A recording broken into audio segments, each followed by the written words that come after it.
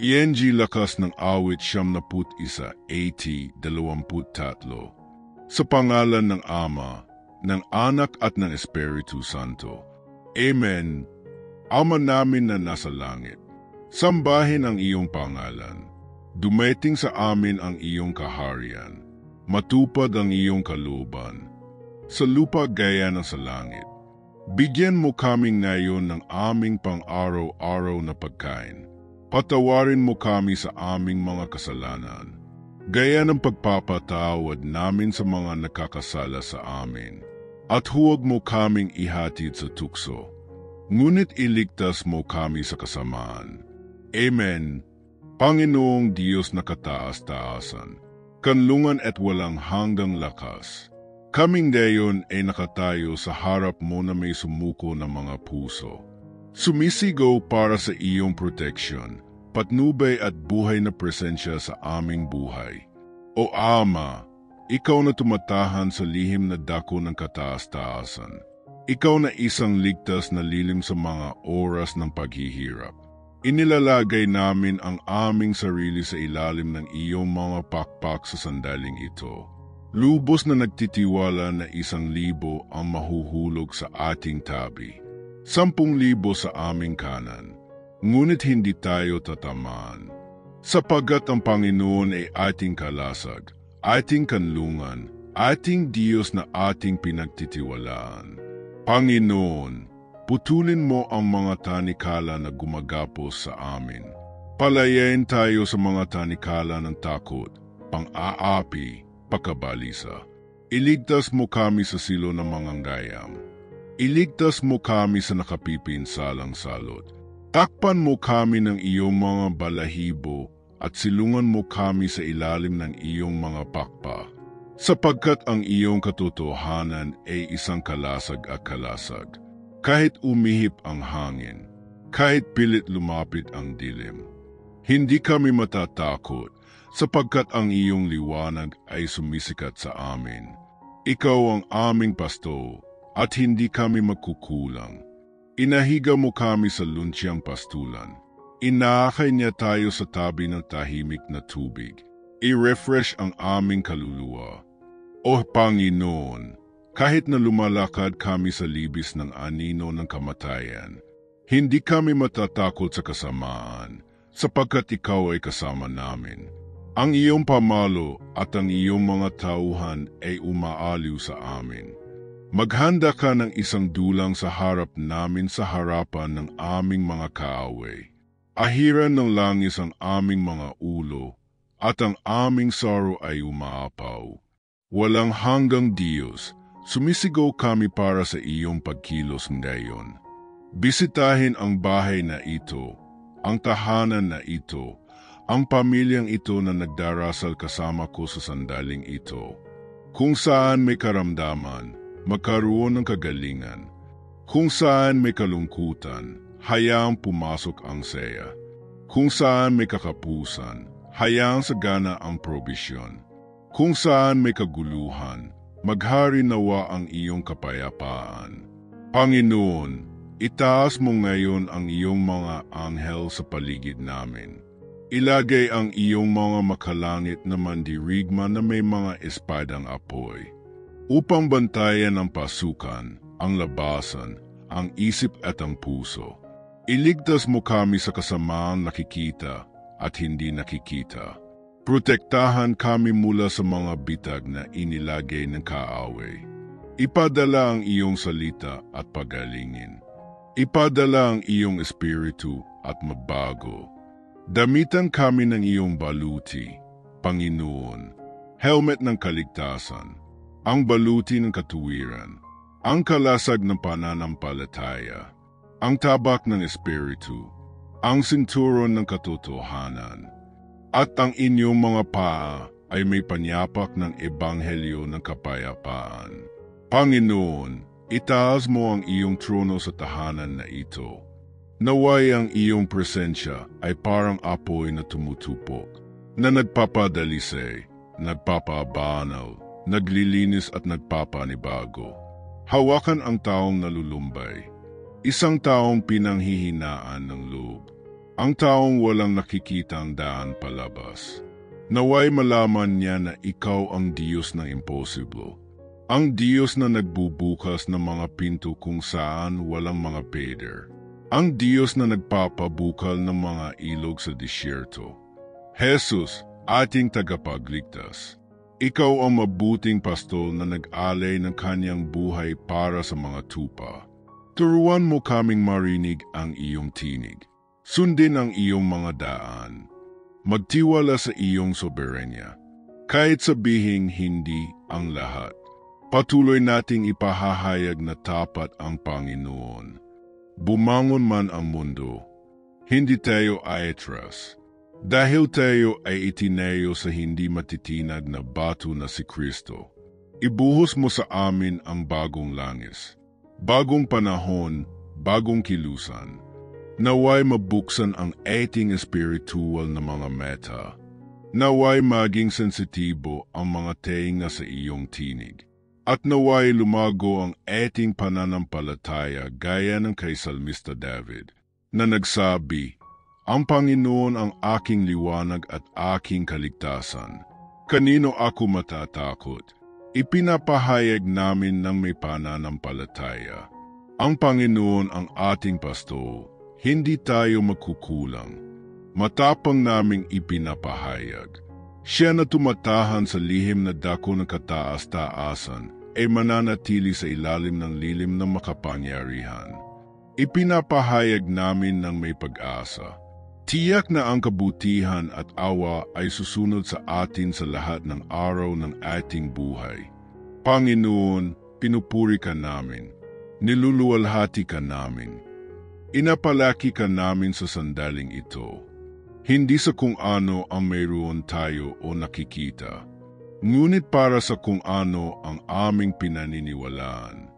Dahil alam namin na ang iyong katapatan ay nananatili magpakailanman. At gaya na nasusulat sa awit 71, walang masamang mangyayari sa atin, ni anumang salot ay lalapit sa ating tolda. Sapagkat ang Panginoon ay magwutos sa kaniyang mga anghel tungkol sa amin upang bantayan kami sa lahat ng aming mga lakad. Sa makatuwid, binibihisan natin ngayon ang ating sarili ng pananampalataya.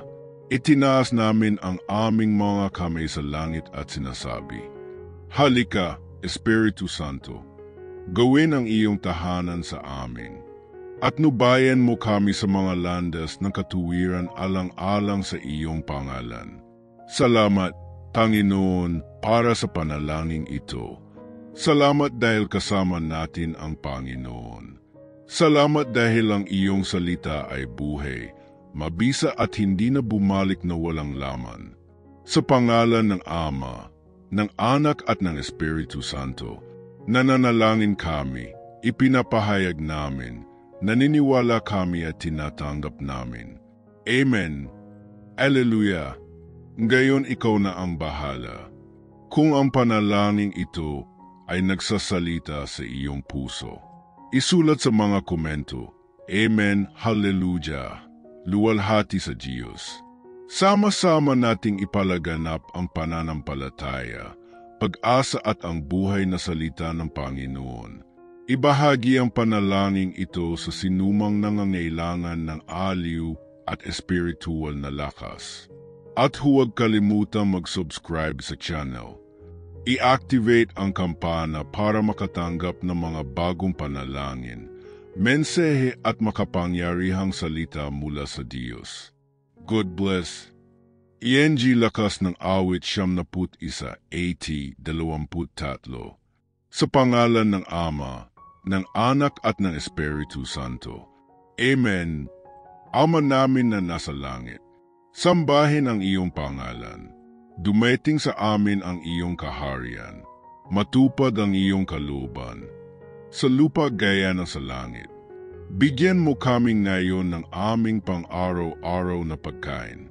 Patawarin mo kami sa aming mga kasalanan, gaya ng pagpapatawad namin sa mga nakakasala sa amin. At huwag mo kaming ihatid sa tukso, ngunit iligtas mo kami sa kasamaan. Amen. Panginoong Diyos na kataas-taasan, kanlungan at walang hanggang lakas, kaming dayon ay nakatayo sa harap mo na may sumuko ng mga puso. Sumisigaw para sa iyong protection, patnubay at buhay na presensya sa aming buhay. O Ama, ikaw na tumatahan sa lihim na dako ng kataas-taasan. Ikaw na isang ligtas na lilim sa mga oras ng paghihirap. Inilalagay namin ang aming sarili sa ilalim ng iyong mga pakpak sa sandaling ito. Lubos na nagtitiwala na 1,000 ang mahuhulog sa ating tabi, 10,000 sa aming kanan, ngunit hindi tayo tatamaan. Sapagkat ang Panginoon ay ating kalasag, ating kanlungan, ating Diyos na ating pinagtitiwalaan. Panginoon, putulin mo ang mga tanikala na gumagapos sa amin. Palayain tayo sa mga tanikala ng takot, pang-aapi, pagkabalisa. Iligtas mo kami sa silo ng manganggayam. Iligtas mo kami sa nakapipinsalang salot. Takpan mo kami ng iyong mga balahibo at silungan mo kami sa ilalim ng iyong mga pakpa. Sapagkat ang iyong katotohanan ay isang kalasag at kalasag. Kahit umihip ang hangin, kahit pilit lumapit ang dilim, hindi kami matatakot sapagkat ang iyong liwanag ay sumisikat sa amin. Ikaw ang aming pasto at hindi kami magkukulang. Inahiga mo kami sa lunsyang pastulan. Inaakay niya tayo sa tabi ng tahimik na tubig. I-refresh ang aming kaluluwa. O Panginoon, kahit na lumalakad kami sa libis ng anino ng kamatayan, hindi kami matatakot sa kasamaan, sapagkat ikaw ay kasama namin. Ang iyong pamalo at ang iyong mga tauhan ay umaaliw sa amin. Maghanda ka ng isang dulang sa harap namin sa harapan ng aming mga kaaway. Ahiran ng langis ang aming mga ulo, at ang aming saro ay umaapaw. Walang hanggang Diyos, sumisigaw kami para sa iyong pagkilos ngayon. Bisitahin ang bahay na ito, ang tahanan na ito, ang pamilyang ito na nagdarasal kasama ko sa sandaling ito. Kung saan may karamdaman, magkaroon ng kagalingan. Kung saan may kalungkutan, hayaang pumasok ang saya. Kung saan may kakapusan, hayaang sagana ang probisyon. Kung saan may kaguluhan, maghari nawa ang iyong kapayapaan. Panginoon, itaas mo ngayon ang iyong mga anghel sa paligid namin. Ilagay ang iyong mga makalangit na mandirigma na may mga espadang apoy, upang bantayan ang pasukan, ang labasan, ang isip at ang puso. Iligtas mo kami sa kasamaang nakikita at hindi nakikita. Protektahan kami mula sa mga bitag na inilagay ng kaaway. Ipadala ang iyong salita at pagalingin. Ipadala ang iyong espiritu at magbago. Damitan kami ng iyong baluti, Panginoon, helmet ng kaligtasan, ang baluti ng katuwiran, ang kalasag ng pananampalataya, ang tabak ng espiritu, ang sinturon ng katotohanan, at ang inyong mga paa ay may panyapak ng ebanghelyo ng kapayapaan. Panginoon, itaas mo ang iyong trono sa tahanan na ito. Naway ang iyong presensya ay parang apoy na tumutupok, na nagpapadalisay, nagpapabanaw, naglilinis at nagpapanibago. Hawakan ang taong nalulumbay, isang taong pinanghihinaan ng loob, ang taong walang nakikitang daan palabas. Naway malaman niya na ikaw ang Diyos ng imposible, ang Diyos na nagbubukas ng mga pinto kung saan walang mga pader, ang Diyos na nagpapabukal ng mga ilog sa disyerto. Jesus, ating tagapagligtas, ikaw ang mabuting pastol na nag-alay ng kanyang buhay para sa mga tupa. Turuan mo kaming marinig ang iyong tinig. Sundin ang iyong mga daan. Magtiwala sa iyong soberenya. Kahit sabihing hindi ang lahat, patuloy nating ipahahayag na tapat ang Panginoon. Bumangon man ang mundo, Hindi tayo aatras. Dahil tayo ay itinayo sa hindi matitinag na bato na si Kristo. Ibuhos mo sa amin ang bagong langis, bagong panahon, bagong kilusan. Naway mabuksan ang ating spiritual na mga meta. Naway maging sensitibo ang mga tenga sa iyong tinig. At naway lumago ang ating pananampalataya gaya ng kay Salmista David na nagsabi, "Ang Panginoon ang aking liwanag at aking kaligtasan. Kanino ako matatakot?" Ipinapahayag namin ng may pananampalataya. Ang Panginoon ang ating pasto. Hindi tayo magkukulang. Matapang naming ipinapahayag. Siya na tumatahan sa lihim na dako ng kataas-taasan ay mananatili sa ilalim ng lilim ng makapangyarihan. Ipinapahayag namin ng may pag-asa. Tiyak na ang kabutihan at awa ay susunod sa atin sa lahat ng araw ng ating buhay. Panginoon, pinupuri ka namin. Niluluwalhati ka namin. Inapalaki ka namin sa sandaling ito. Hindi sa kung ano ang mayroon tayo o nakikita, ngunit para sa kung ano ang aming pinaniniwalaan. Dahil alam namin na ang iyong katapatan ay nananatili magpakailanman. At gaya na nasusulat sa awit 71, walang masamang mangyayari sa atin, ni anumang salot ay lalapit sa ating tolda. Sapagkat ang Panginoon ay magwutos sa kaniyang mga anghel tungkol sa amin upang bantayan kami sa lahat ng aming mga lakad. Sa makatuwid, binibihisan natin ngayon ang ating sarili ng pananampalataya. Itinaas namin ang aming mga kamay sa langit at sinasabi, "Halika, Espiritu Santo, gawin ang iyong tahanan sa amin.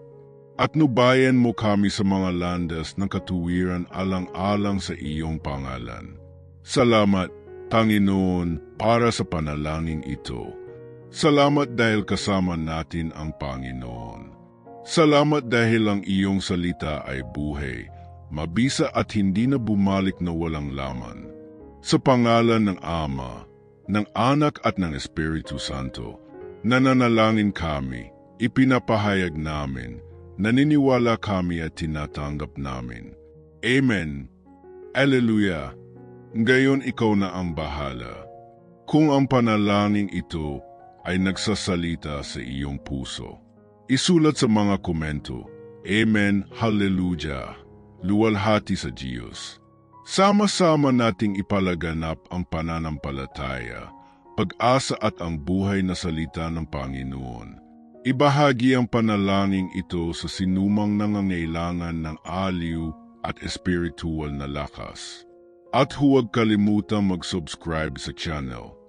I-activate ang kampana para makatanggap ng mga bagong panalangin, mensahe at makapangyarihang salita mula sa Diyos. God bless. ENG Lakas ng Awit 71:80-23. Sa pangalan ng Ama, ng Anak at ng Espiritu Santo. Amen. Ama namin na nasa langit, sambahin ang iyong pangalan. Dumating sa amin ang iyong kaharian. Matupad ang iyong kalooban. Sa lupa gaya ng sa langit. Bigyan mo kami ngayon ng aming pang-araw-araw na pagkain. Patawarin mo kami sa aming mga kasalanan, gaya ng pagpapatawad namin sa mga nakakasala sa amin. At huwag mo kaming ihatid sa tukso, ngunit iligtas mo kami sa kasamaan. Amen. Panginoong Diyos na kataas-taasan, kanlungan at walang hanggang lakas, kaming ngayon ay nakatayo sa harap mo na may sumuko ng mga puso. Sumisigaw para sa iyong proteksyon, patnubay at buhay na presensya sa aming buhay. O Ama, ikaw na tumatahan sa lihim na dako ng kataas-taasan. Ikaw na isang ligtas na lilim sa mga oras ng paghihirap. Inilalagay namin ang aming sarili sa ilalim ng iyong mga pakpak sa sandaling ito. Lubos na nagtitiwala na 1,000 ang mahuhulog sa ating tabi, 10,000 sa aming kanan, ngunit hindi tayo tatamaan. Sapagkat ang Panginoon ay ating kalasag, ating kanlungan, ating Diyos na ating pinagtitiwalaan. Panginoon, putulin mo ang mga tanikala na gumagapos sa amin. Palayain tayo sa mga tanikala ng takot, pang-aapi, pagkabalisa. Iligtas mo kami sa silo ng mga gayam. Iligtas mo kami sa nakapipinsalang salot. Takpan mo kami ng iyong mga balahibo at silungan mo kami sa ilalim ng iyong mga pakpa. Sapagkat ang iyong katotohanan ay isang kalasag at kalasag. Kahit umihip ang hangin, kahit pilit lumapit ang dilim. Hindi kami matatakot sapagkat ang iyong liwanag ay sumisikat sa amin. Ikaw ang aming pasto at hindi kami magkukulang. Inahiga mo kami sa lunsyang pastulan. Inaakay niya tayo sa tabi ng tahimik na tubig. I-refresh ang aming kaluluwa. O Panginoon, kahit na lumalakad kami sa libis ng anino ng kamatayan, hindi kami matatakot sa kasamaan, sapagkat ikaw ay kasama namin. Ang iyong pamalo at ang iyong mga tauhan ay umaaliw sa amin. Maghanda ka ng isang dulang sa harap namin sa harapan ng aming mga kaaway. Ahiran ng langis ang aming mga ulo, at ang aming saro ay umaapaw.